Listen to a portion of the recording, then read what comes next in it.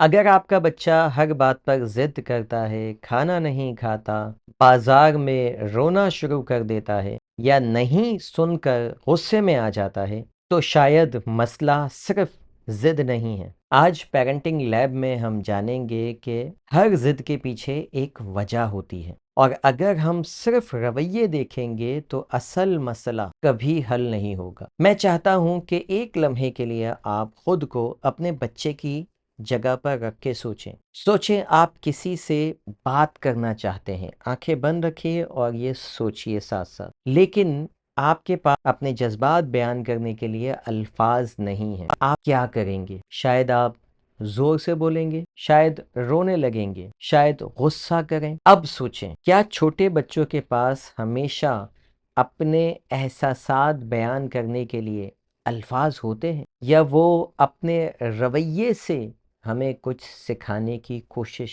कर रहे होते हैं? आप इसको ऐसे भी इमेजिन कर सकते हैं कि आप यहाँ से चाइना चले गए, आपको चाइनीज़ नहीं आती बिल्कुल और आपको समझ नहीं आ रहा, अब आपको रास्ता पूछना है तो आप क्या करेंगे? थोड़ी देर के बाद आपकी क्या कैफियत होगी जब कोई भी आपकी बात नहीं समझ पा रहा होगा और आप किसी की बात नहीं समझ में आपको आ रही होगी। आज रात को सोने से पहले थोड़ी देर के लिए ये तसव्वुर करके सोइएगा, फिर चेक कीजिएगा कि आपको कैसी फ्रस्ट्रेशन होती है। बहुत से वालिदैन हर ज़िद को बदतमीज़ी समझ लेते हैं, लेकिन अक्सर छोटे बच्चों के लिए ज़िद एक ज़बान होती है।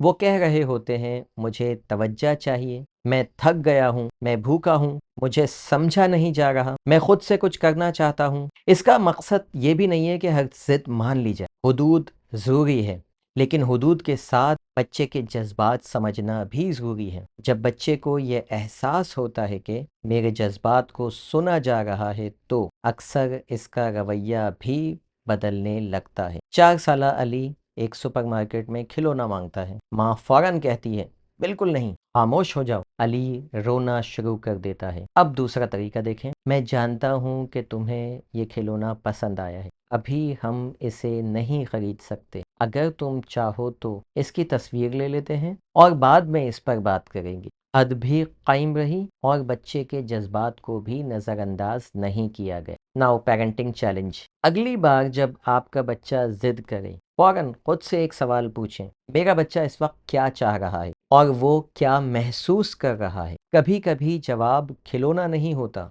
बल्कि तवज्जो, थकन या मोहब्बत होती है। याद रखें, हर जिद के पीछे एक ज़रूरत नहीं होती, लेकिन बहुत सी ज़रूरतों के पीछे एक एहसास ज़रूर होता है। समझदार वालिदैन सिर्फ रवैया नहीं देखते, वो इसके पीछे छुपा पैगाम भी समझने की कोशिश करते हैं। मैं हूं आसिफ अली खान और ये है पेरेंटिंग लैब। अगले एपिसोड में हम एक ऐसे मौजू पर बात करेंगे जिसने लाखों वालिदैन को परेशान कर रखा है। क्या मोबाइल वाकई बच्चों के दिमाग को बदल देता है या मसला कुछ और? Thank you for watching. Allah Hafiz.